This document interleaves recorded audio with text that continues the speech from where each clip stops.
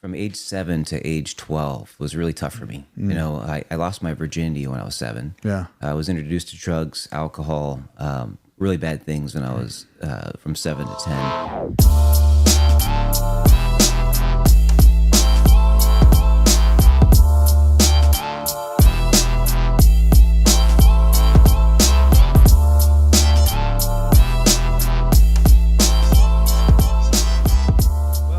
Today we have RJ Radobanko with Global Roofing Group. Man, it's an honor to have you on the show. Thanks for having me. So we've known each other for a couple years now, maybe 4 years, I think. Maybe longer than that. I don't know, right? And I think, you know, you've watched me grow and I've watched you grow. And we don't know anything personal about each other.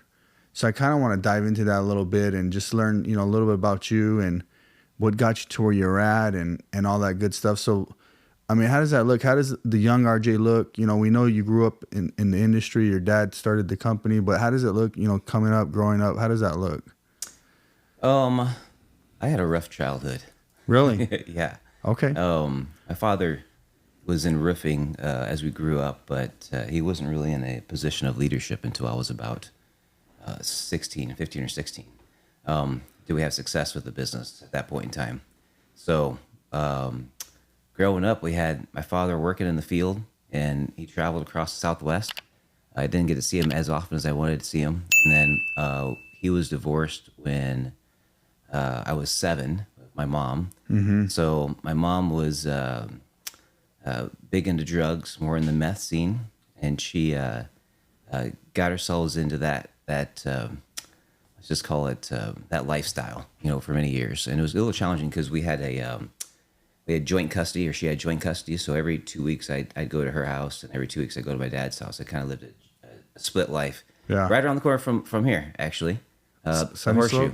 Horseshoe? Yeah, Horseshoe. It's north. Shea and 32nd Street. Yeah, north. Yeah. We had a trailer park. My grandmother had a trailer there, but that part it's still a rough part of town. You know? Yeah. A lot of drugs, a lot of gangs, a lot of bad stuff going on. You know. Yeah. So I'd go to my mom's house, and she was big into meth. So she would disappear, you know, for days. You know, she'd crash for days, and then my sister and I got to run amok a little bit, and that was part A of my challenge of growing up. And then we'd go back to my father's house, which is kind of an ordinary lifestyle, where I had a stepmother, and which I love her to death. I consider her my real mom today. Yeah. But she was stuck with 5 kids at home while my father traveled around, so that was a little tough too. So we had a split home. Now, at that time, did your dad start the business yet, or he was just kind of running crews, or what was that? He was at that point in time. He was working for a foam applicator, and he was actually a foam applicator for spray foam. Yeah. And worked for one of the premier guys in the market, kind of cut the industry road on how to install this stuff. And at one point in time, he moved to a new company. That new company owed a lot of material money, you know, to a manufacturer. The manufacturer was owned by my uncle. So as a receiver, they placed my father into the business to help make sure we can get the money paid back for the material that was owed. So my father ended up working there, getting the money paid back, and then talked the owner into selling to him over time, take over the business. That's kind of it in a nutshell, how that got started. Yeah. So you're a kid, you're running back and forth between parents. Your mom was a drug addict. My mom was a drug addict. Gotcha. She gave me up around right before I turned 8. Gotcha. So I kind of got kidnapped a little bit. The story I tell is I got kidnapped, and I kind of did, but it was by my sister's dad. Okay. He kind of took me to protect me. Gotcha. And she didn't fight for me. That's why I say she gave me up, because she didn't fight for me. So we got something in common. You know, like she was a drug addict and all that stuff. You know, I was born in the projects, and even with my stepdad Paul, he raised me. He was my dad, and he had a wife. So I didn't have real parents at all either. Well, and I lived in a trailer too. For a couple of years, we lived in a trailer. Even when he died, he lived in a trailer, you know.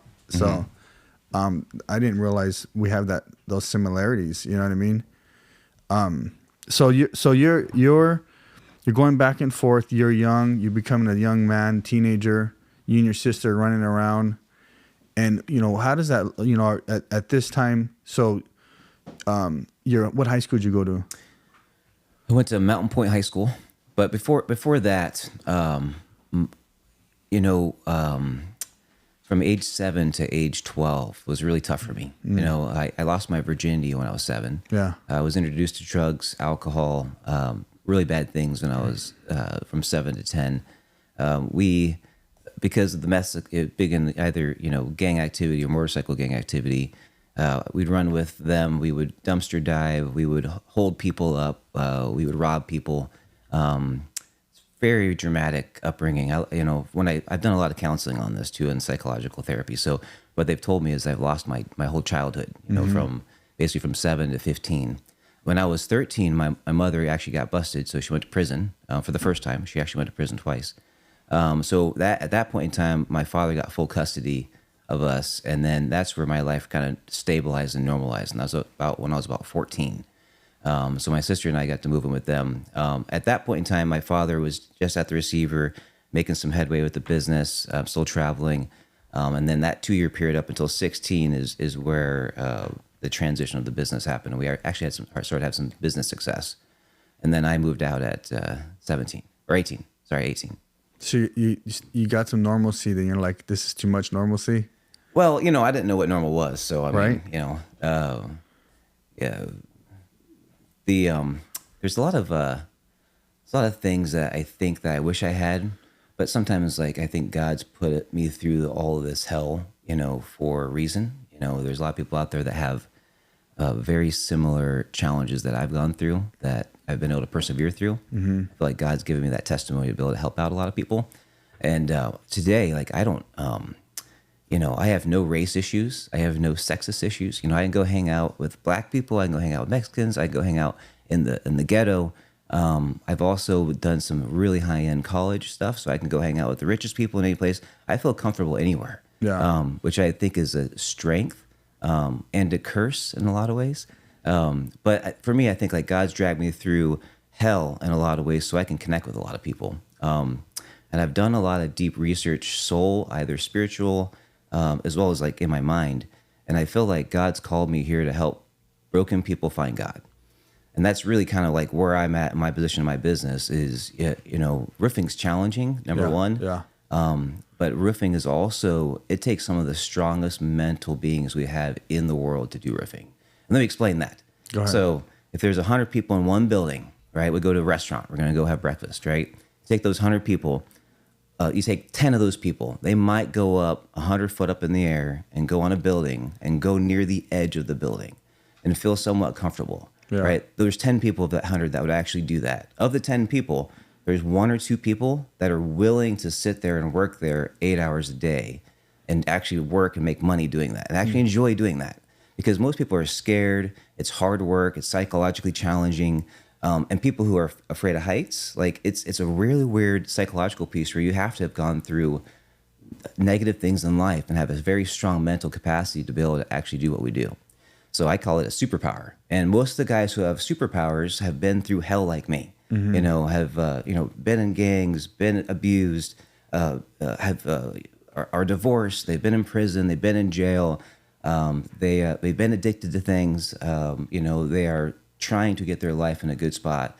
And I feel like God's calling me to help those guys get into our business and to find him. And then and I feel like the blessings keep on coming for me because I'm allowing that to happen in our business. Yeah. So that's kind of fast forward where we're at today. But there's a lot of things that happen from like age 7 to age 30 that are challenging. It's crazy how we become stewards, and in my opinion, God gives us what we can handle, right?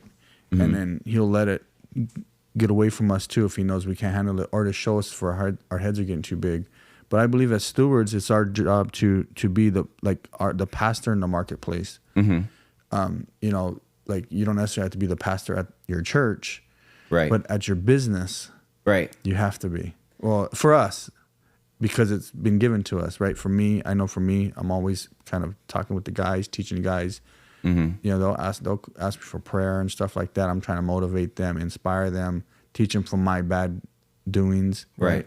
The same as you, I believe.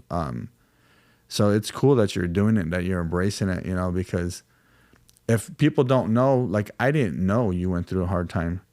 If I looked at you, I said, well, he's a rich kid. Yeah. I never said that. White blonde head kid, you know? No, I'm just saying that's what people would think. Oh, agreed. Right? Yeah, Because they're like, oh, so stereotypical. His dad started the business. He got handed the business. They don't know what you went through, right? Because you don't even have to be here right now. True. Yeah. You know, you stuck it out, you fought it out, you worked it out, you know. So going through all that stuff, you said, so we know you went through the rough childhood, but you also said you have some education. What does that look like?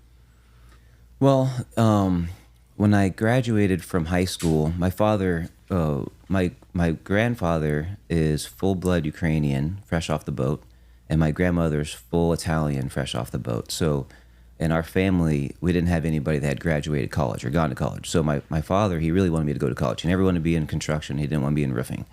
So when I graduated from high school, he dangled a carrot out there for me. He said he would buy me a car if I graduated college. So I thought it was super cool. You know, I always wanted a Camaro. You know, so I signed up for college. I pretty much cheated my whole way through high school. So I didn't know how to study. I didn't know how to read very well. So I signed up for ASU and went to college. In my first couple of years, learned very fast that I didn't know how to learn or how to do this, and basically was in that party group per se. Yeah. You know, and enjoying college. But I got my stuff in order within my junior year, and actually got I graduated. It took me 5 years to graduate, and on my 5th year during graduation, my dad's like, "Okay, what kind of car you want?" And I said, "You know, Dad, I actually am interested in doing my master's degree. I would actually sacrifice the car to do a master's degree." So he said, "Okay, well, we could do that." So I was blessed to be able to go work for him, you know, while I was actually getting my master's degree, and that's where I got stuck. I got stuck working for him. But I loved it, you know, the freedom and the entrepreneurship, and the leading people, guiding people. That was really exciting for me. I went and did my master's degree. After we came back, I graduated in 2008, which is right at the beginning of the recession of that. There's a 3-year time period there. It was very challenging, and I got stuck there. I really enjoyed it though, and before that was in retail sales. And what I wanted to do was banker hours, what I consider banker hours, work. 9 to 5 or 8 to 5, you know, while I could do the college degree at night. So my father hooked me up with the job. He said he wanted to start a marketing department. And so that I went to work for him 40 hours a week. He took care of me. And then when I graduated, I got stuck there. I got into sales.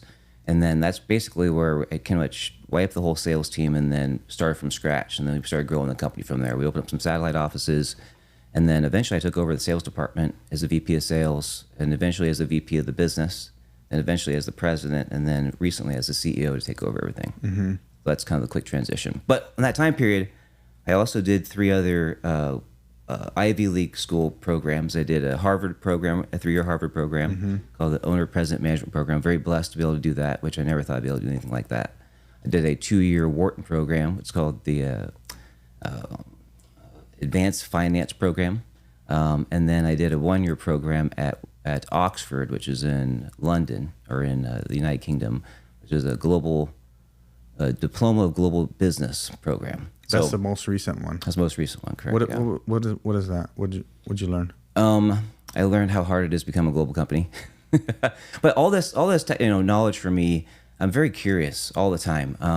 I always want to learn, you know, from people or systems or structures, and that's a pillar of our entire business is training and learning, you know. So I always challenge myself to learn more and more and more. And some people think I'm crazy because I continue to do more and more education, but I feel like God's allowed me to have the past I have and also build the future that I'm building, so that He's got a great story for me, you know, to be able to share to a lot of people. It's so commendable though, because you know, when you know, like going back to what I said, is the stereotype is, you know, if they don't know you, people would think you were handed something, but you worked your ass off, excuse my language, for what you have, and you've proven it. Like all this education, that takes a lot of time.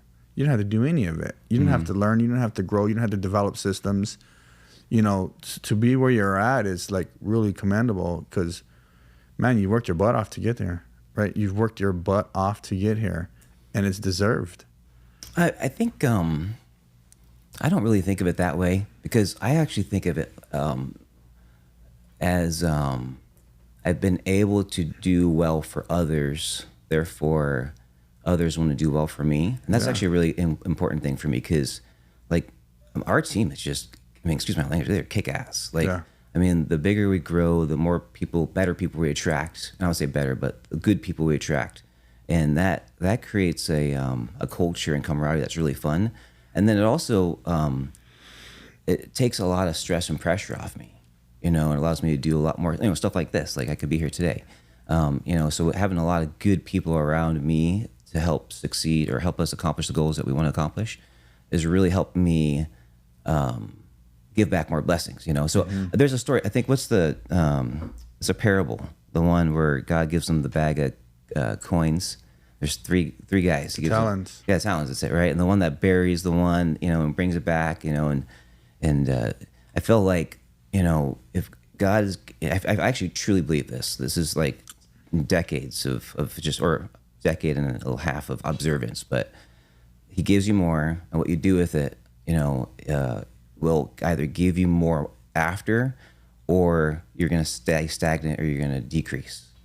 Right? So like, I feel like he's like, hey, here's some blessings. And he's like testing, you know, and then after that, if what I do with that blessing, then he says, okay, very good job. Here's another blessing, you know, and it's like stepping stones. So every time I look back at where we've been and where we're at, I really feel it's about all the blessings that God's giving us that we're trying to give back to people in a lot of ways. Sowing seeds. You know? That's why I put it right there on the wall. Sow seeds. Yeah, I like it. Because it's, you know, I mean, you reap what you sow. It's biblical, you know, and I always say the world calls it karma. What goes around comes around.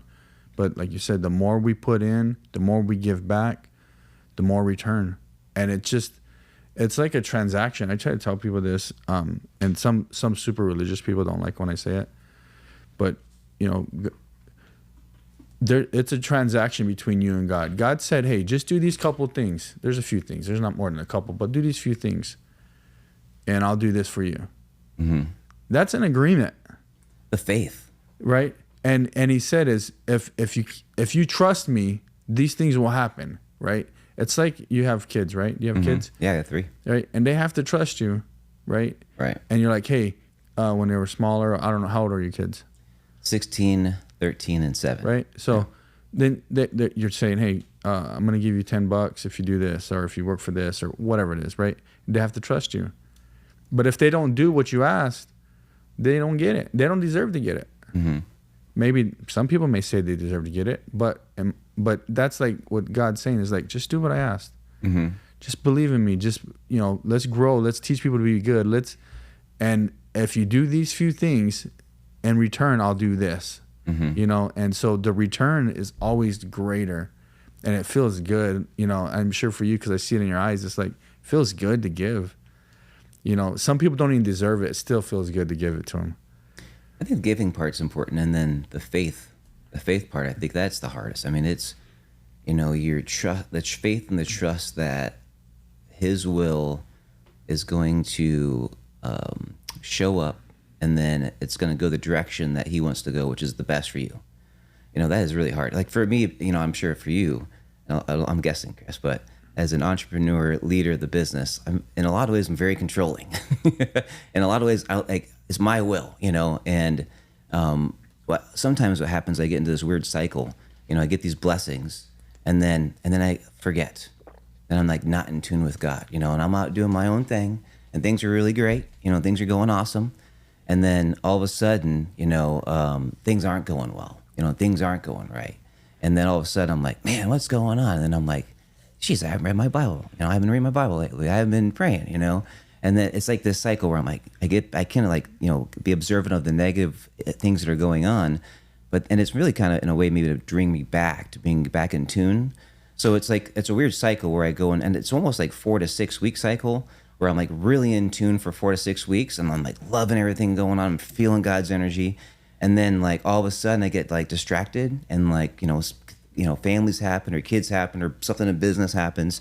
And then 3 or 4 weeks later, it's like, what's going on? Oh, you know, that's kind of interesting. I'm not praying about that. Oh, what's over there? Oh, geez, I need to pray about that. And all of a sudden, like I get into this thing, and then finally I'm like, man, I am like out of tune again. You know, so that whole thing with that faith alignment with like a cycle of, and I don't know how to explain that. What is that? Do you have that? You have that issue? Yeah. It's like it's just human nature. It's almost like sin instilled in us at birth that it's really hard to continue to work to be in tune with God. Yeah. Well, I think we're all born, in my opinion, I think we're all born where we don't know anything. So naturally you would become bad. So we have to be taught to become good. Right. Right. And so I think like exactly what you're saying is, and as people or men or something, especially when you start to get good at something, you start to get a confidence, but you forget that the confidence becomes you're confident in your own abilities. You forget that who gave you, who opened the door for you to go there, who said, who let you in to get those degrees, and who let you in to do this, and it wasn't anybody else but God. You went and did the work, and we forget. We're like, well, I did the work. It's me. Right. And then it happens to me all the time. It's happening to me right now. Right now, it's happening to me right now. I'm getting my butt whooped because I got big-headed. Right. And so for everyone listening, don't get big-headed. It happens though. I mean, it's normal. Yeah, but it hurts when it hurts. It does. You get smacked, it's I don't know, but it happens to me. It's the same thing. My wife will be like, you know what? Pride comes before a fall. She'll always tell me pride comes before a fall. And she'll watch me and she'll be like, all right, I'm just going to pray something bad happens. And I'll be like, are you serious? She's like, yeah, you don't want to listen. And then next thing you know, we're taking a whack on a job, or someone did this, or something happened there, or right. And I'm like, oh my! And then again, I had to start getting back in, getting some good word in me. Right. Stop listening to so much business. Start listening to more ministry. Like these things, because we have to have that balance. Right. And I think if you know what's right, you have to have the balance, because it's one thing for someone who doesn't know what's right to, like if. I think there's somewhere in it says it's better to not have known me than to kind of like know me and walk away, right? There's something like that in the Bible. It says something like that. And so if we know who he is and what he's capable of doing, and we know through him who we are and what we're capable of doing, we cannot turn back from that. Right. I kind of like something that triggered me when you're saying that was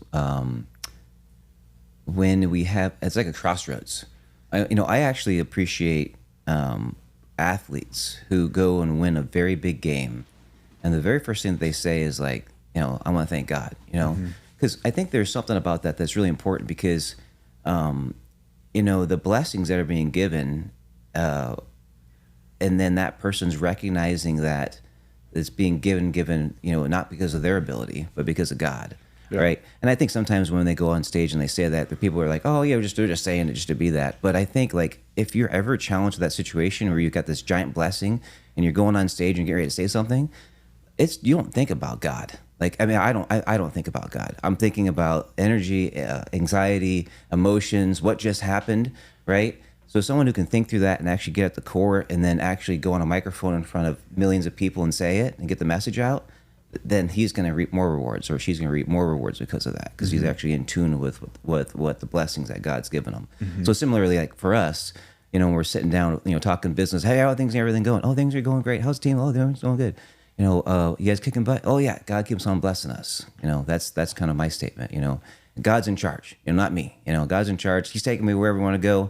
I have my will. He's got his will. I'm trying to align that. And hopefully I can be in tune with him and not do as much as my will, during the day. It's a challenge. It's a fight, Yeah. And I like how you're interjecting all that into the business though, because I went, I go to your office, I don't know, a couple times a year, right? We do work with you guys and stuff. And I like, the what is the word? I'm thinking camaraderie, but like you guys got the posters in the restrooms, and you created these teams, and what do you call that system? Like the clubs? Yeah, yeah. Like you have all these things going on, and it's super cool because like people in your how many employees do you guys have, or team members overall? Just under 500. So 500 members, team members, employees, whatever. And so they're all part of these different groups, right? And I was reading them. I think you have like athletic groups and reading groups and church groups and all these groups. I don't know how many is there, 30, 40? How many groups are there? I don't think there's that many, but maybe. Dude, I thought there was a lot. 10, yeah. There's more groups in your business than a big mega church. Right. Small groups. Well, we're just trying to obviously get to the core of people's hobbies and desires, what they do outside of work, So, and then, we have an office in Vegas, and maybe he likes, like I'm a big Green Thumb Club guy, so I like gardening and stuff like that. But our operations manager of Nevada or Las Vegas, he's really big into gardening as well too, and growing stuff. He's on a farm. So like you can connect on stuff that you're outside of work, whether it's God or growing vegetables or it's hiking and skiing or something like that, so that way everyone has hobbies outside of work they can connect with, that they're all working during the day, but outside of work it's fun. I like it because you guys are doing something cool there. It feels really good when I go there, and I watch the growth and more growth. And can you just elaborate on some of that growth? When I met you, you guys were Roofing Southwest, spray foam. Roofing Southwest, or what was the spray foam company called? Spray Foam Southwest. Yeah, Spray Foam Southwest and Roofing Southwest. And can you just elaborate on the transition into Global Roofing Group, like global? Well, I'll take you back to 2010, which we had a hailstorm, and the Spray Foam Southwest name was fantastic, with the exception of most people didn't know we did roofing. You have a big trade booth set up and said Spray Foam Southwest, and people, I just imagine, I can still see their faces. They walk up and they'd be like, what do you guys do? So we were like, all right. So in 2010, we changed the name to Roofing Southwest, so which in the name kind of tells you what we do, so overnight we started increasing volumes 33% year over year because just the name change. Just name change. Yeah. And people are like, oh yeah, we need help over here. We need help doing this. And then, as we grew from 2010 to 2020, we grew across the United States. So a lot of owners, developers, general contractors want to use us in different states. We also expanded offices. So Southeast and Northeast, we started doing work, and our customers started getting very confused because we were Southwest name, And I remember being in a trade show or a conference in New York, and they walked up to our booth, and the guy's like, he's looking at the Roofing Southwest sign. He's like, what are you guys doing here? And we're like, oh yeah, we still work here. We got our license in New York. We can help you out. And he's like, okay, good to see you. Talk to you later. Yeah. So like the name actually started like actually hindering us. It's, from doing work, So, and it kind of like the spray foam name, we people only thought we did spray foam roofing when we did other roofing back then. So, we started talking about a new name, what we wanted to be in the future. And there's a lot of United States companies, USA Roofing and some others that are kind of like that, I won't say their specific names, for liability purposes, but there's not very many global companies, and real estate to us is a global holding piece. The biggest owners of real estate, Blackstone, the big guys, countries, USA, China, they own real estate everywhere in the world, right? Yeah. And if you look at our business model, there's only one guy that will service one account in one country. And then if they have another account in another country, it's going to be a whole nother roofer, a whole nother model. So our model is to service the biggest owners of real estate in the world for anything they want to do. Amazon, Google, United States government, Army Corps of Engineers, and assist them anywhere that they want to go across the world. So that's kind of our next goal. So we haven't done much of that yet, but that's our goal that we want to get to eventually. Right now, we're just trying to take over the USA. Yeah. Well, I mean, it starts, like you said, you planted the seed, the global. So you guys, so you changed from Roofing Southwest to Global Roofing Group, right? Correct. And so what had that transaction? Did you guys come up with the name? Did you buy a company? What'd you do? You want the real story or do you want the marketing story? Whatever you want to tell me. There's a marketing story out there that we acquired a name, although we owned the name for a while, and there is few people out there of the business piece. But in essence, we came up with a name that we wanted to stick, and then we implemented that name internally. Yeah, that's basically it in a nutshell. Yeah, Global Roofing Group. Right. And I mean, I like it. I'm thinking the same thing. I'm like, how can I reinvent ourselves with a different name that is more bigger, more badder? Right. It's tough. Yeah. It's tough to change a name. I mean, it's like, it's your whole identity, I always tell everybody that we're not Coca-Cola, so it's going to be okay. No one knows us. We're Spray Foam Southwest. It's okay. We're going to be okay. No one knows Roofing Southwest. We're going to be okay. We're not Coca-Cola. Well, you're rebranding. You're changing all your logos everywhere. You're changing emails. And it takes, social how media. long is it taking you to do that? Like 2 years or how long? We normally have a 1 year soft transition and a full year transition after that. So to do it right, I mean, there's just too much. I mean, what you just said, emails, websites, business cards, T-shirts, signs on the buildings, signs on the trucks, social media, all the login accounts, all the business licenses, all the entities. I mean, it's just it's an overwhelming overhaul. But it's worth it. It's been fun. The first year, people were asking lots of questions, and then our team was not necessarily firm on their answers. But today it's like, this is who we are, One of the biggest things for us was we wanted to attract the best field talent, and we knew that the best field talent worked for the biggest roofing contractors in the country. So we needed a big name. That was one big thing for us. We couldn't be we call it a super regional roofing company, which is the Southwest. It's a super region. We couldn't be a super regional roofing company and have the best operations guys in the field. So we needed something that was big, even though we were paying more money than the big guys, but they just didn't want to work for a smaller company, if that made sense. Well, I think it's working. I mean, what kind of projects are you guys on today? We're on some big ones, a lot of NDAs I can't talk about, data centers in various locations. You guys are on the biggest ones, though. Yeah. I think in the Southwest, if you took the top 20 jobs, largest projects in the market, we're probably on 10 to 15 of them. So 50%, you're taking 50% of the market share. The big stuff. We like the big work. Yeah, the biggest work in the country. What's a big roof?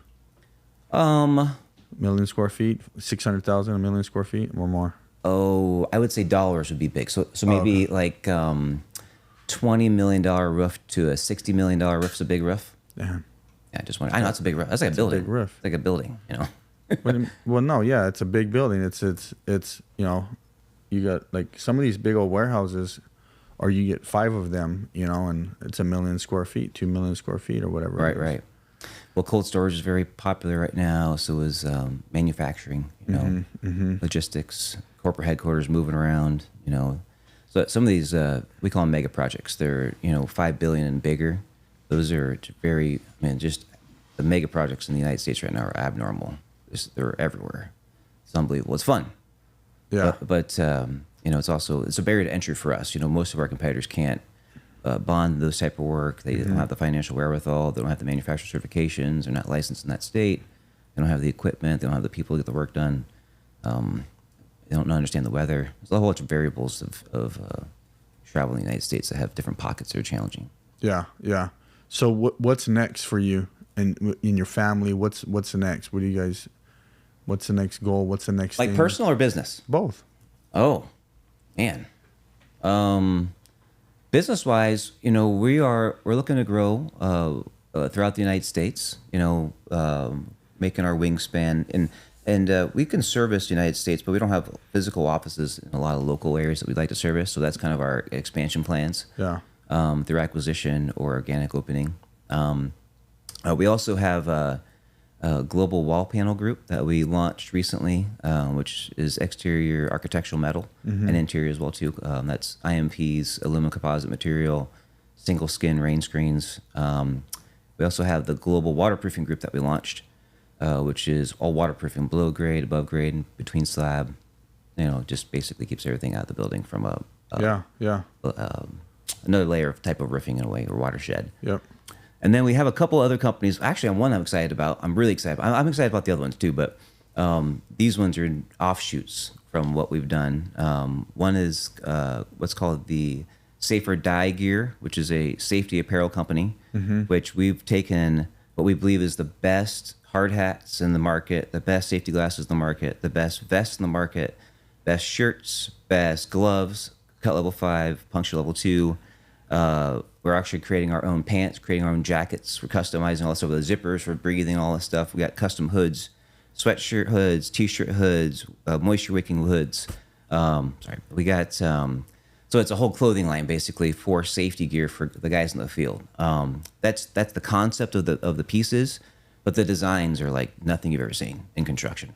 It's like your wall here. Really cool, unique stuff. Yeah. Only for construction. When guys walk on job sites with our stuff on, they're automatically recognized, automatically respected. They're known. They're like the top tier guys of what they're doing. So we want to set that kind of industry presence for a lot of people if they want to do that. Because construction for us, when guys show up to job sites, there's different levels of people. The guy who just bought a vest at Walmart and showed up, it's got Velcro, and he's got, doesn't even have hard toe shoes on. He's a rookie guy. Yeah. And someone shows up with a uniform on, that's made for their sport or their trade that they're doing, that's specifically customized to enhance peak performance or what they're doing. That's way different than what we do with safety gear today. So we're trying to change that. We're trying to disrupt that market in general. So that's one piece. And then we also have a custom app that we built back in my Harvard program about 7 years ago with the second largest app builder in the world. And we've been using it internally. It's given us a real large competitive edge. But we are white labeling it right now, called the Lightning Project Manager and Lightning Project Tracker. And we're going to start selling that to other subcontractors.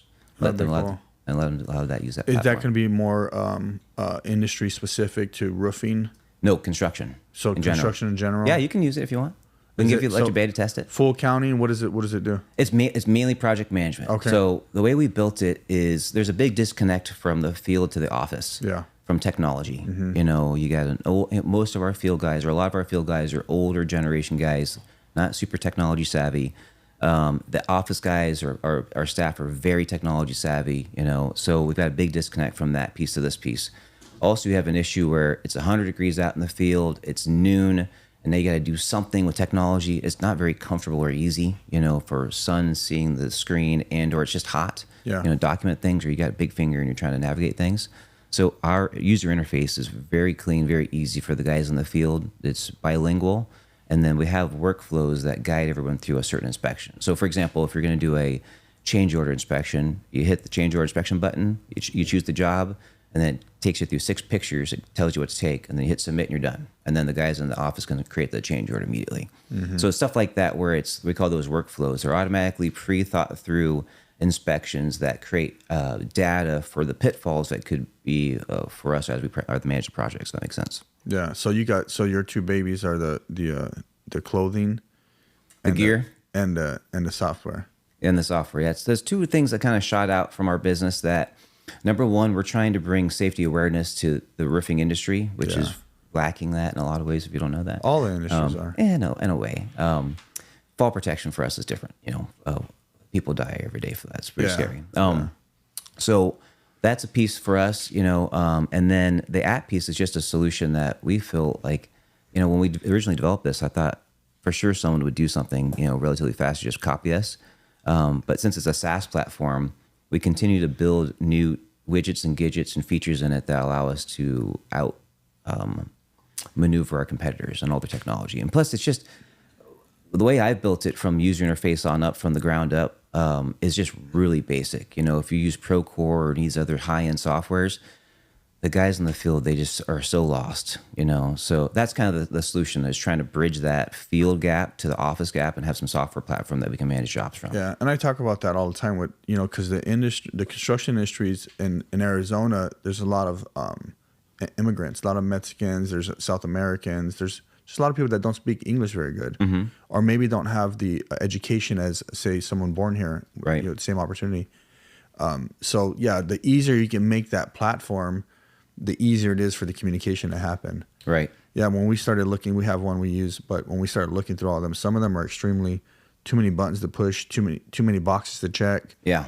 And it becomes confusing, not for, say you or I, but someone down the line that, has, a 3rd grade education, and barely speaks English. Exactly. So yeah, I like that you're doing that. That was, for me, that's actually the core. It's like the guy that just started with us, that's just a junior guy, doesn't know much roofing. He's just going to be a laborer who does not speak a lick of English right now. How do I get him to track safety for us, quality control, track speed, when I can't really talk to him very well, and there's technology there sitting there that he may not be able to operate, right?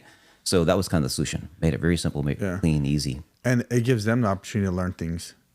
So if we can make it easier, it's like eye-opening. We had a meeting yesterday with some of the foremen, and I was telling them, guys, these are the tools. We have the tools. We just have to use them. Don't be afraid to use them. Right. So if I can make it easier for them to use, they're going to learn. They're going to become better. I always tell everyone here, I said, listen, my job is to teach you to be better, not only for here at work, but to be better at home. Right. because a lot of things I'm trying to teach, if I get the opportunity, is, it's going to be these nuggets where it works here, it works at home. You know what I mean? It's not like, hey, clean your job site, but leave your house a mess. Right. Do your paperwork here, but don't do your stuff there. Mm-hmm. I'm like, hey, the same way you got to manage your job site here, manage your home. Right. The same way you're doing tracking tickets and work orders, track your bills. Mm-hmm. The same way, all these things. Right. Where we can cross it over. So if they live a good life at home, they're going to come to work even better. Makes sense. Yeah. Right. Like that. Mm-hmm. Right. So, okay. So for home life, what do you got going on? You got the kids or high school? Yeah. My oldest daughter is just started driving, which is really unique. But she's doing really good. My son, who's 13, he is in 8th grade. He's more into baseball. So he's in off season right now. And the youngest daughter, who's 7, she's also into horseback riding as well too. And then my wife, she's a personal trainer. And she's a stay-at-home mom for the most part, but she just started picking up personal training and doing that full time, so she's enjoying that. It's tough being a stay-at-home mom because she's holding down she's holding it down for you while you're out working, and it's really hard. I wouldn't be able to do it. Yeah, with the kids, man, I get my butt kicked, man. Yeah, I get ran over, and then the difference between like being at our businesses, like what we're doing, versus the kids is like. If I ask for something in the business, it normally gets done. With my kids, it's like I have to yell at them. You have to have patience. I have to like raise my voice. I have to ask them many times. I'm getting frustrated with them. Yeah, if it's an employee, you're like, oh, you're fired. No, I'm just kidding. There's consequences if you don't listen to me at the business. At home, it's like, I love you. Can you just listen to me? Yeah, no, I know. But having employees and team members are like having children. They're an extension of the family. Right. Because you're still working with them, right? So. Yeah. I like it. So a couple questions and then we'll wrap it up. What would you say your biggest failure is to date, and then your biggest win?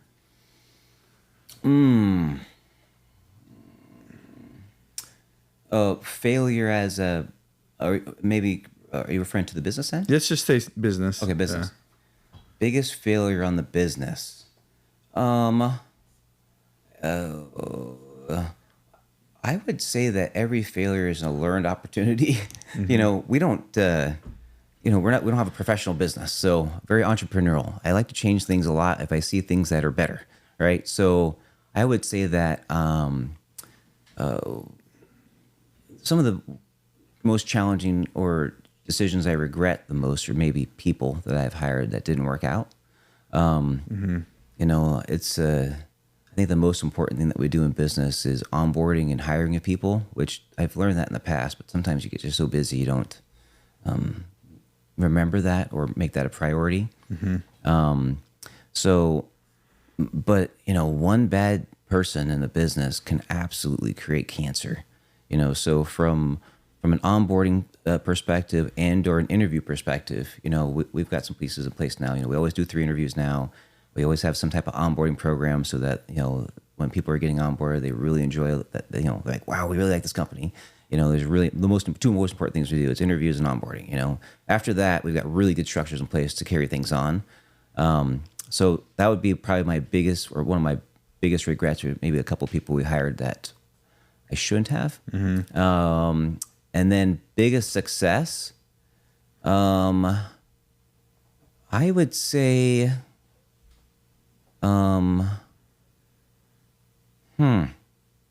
culture.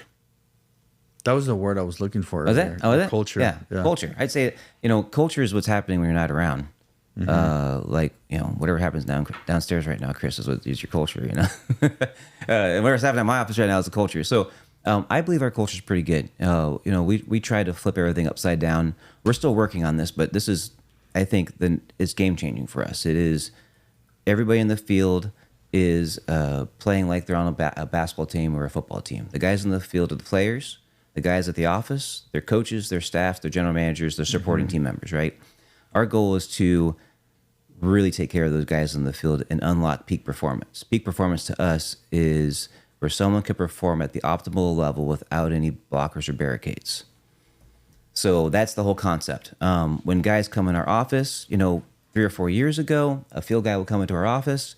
He would walk through the hallway. No one would know who they were. some of the girls there might be intimidated because the guy's got a tattoo on his face or something, you know. The guys who walk through the office would almost feel uncomfortable because they're walking through there and no one would say hi to them, right? So today, when they walk in the office, they are the most important people. Like when we started doing this, people were started like thinking we were like lost our mind, we were doing drugs or something. But like everyone that walks by them has to give them a high five. Everyone that walks by them has to recharge them. You need water, you need a Gatorade, you need electrolytes, you need a protein drink, you need a protein bar, you need a carbohydrate bar. And then how you doing personally? Like, you know, how's life? How's everything going? How's safety? What I can do to help you out? Everyone's asking, you know, questions as this guy's making down the hall. By the time they get out of their office, they wonder what the heck's going on. But the most important people in our entire business is the field. You know, we've kind of flipped everything upside down. And if anybody calls, I don't care what time of night it is, or they need help anywhere, everyone stops, drops, and rolls and goes and fixes stuff. You know, and then we treat the guys. It's really interesting because, you know, if we were a basketball team and Kevin Durant or Michael Jordan walked in, you know, or the Phoenix Suns, and they walked into the front desk, and he's like, "Yeah, hey, I'm interested in a job," you know, and you know, the front desk person's like, "Oh, okay, great. There's an application right over there. You know, you can go start filling that out, you know, and then just when you're done, come bring it up to me." And he's like, "Okay," you know, sits down, fills the application, comes back. "Here you go." She's like, "Okay, let me see if the manager's around, see if he can interview you." You know, he's like, "Okay." He sits down, waiting. "Oh, sorry, the manager's not here. We'll send you on your way." This is like the best guy ever that's ever worked or in basketball sitting in your office, and you're not even recognizing that, right? Yeah. So we had an issue with that. We had the best roofers in the whole country driving in from New York or Pennsylvania or Atlanta. They come into our office, and here we are. Like, there's the best guy in the whole country sitting there wetting the work for us. And we're just, you know, treating him like an employee application. Yeah. Now when people walk in, they potentially could be Kevin Durant. They could be, you know, it's like, "Hey, let's walk you through the office. You know, you need water, you need, you know, protein drink.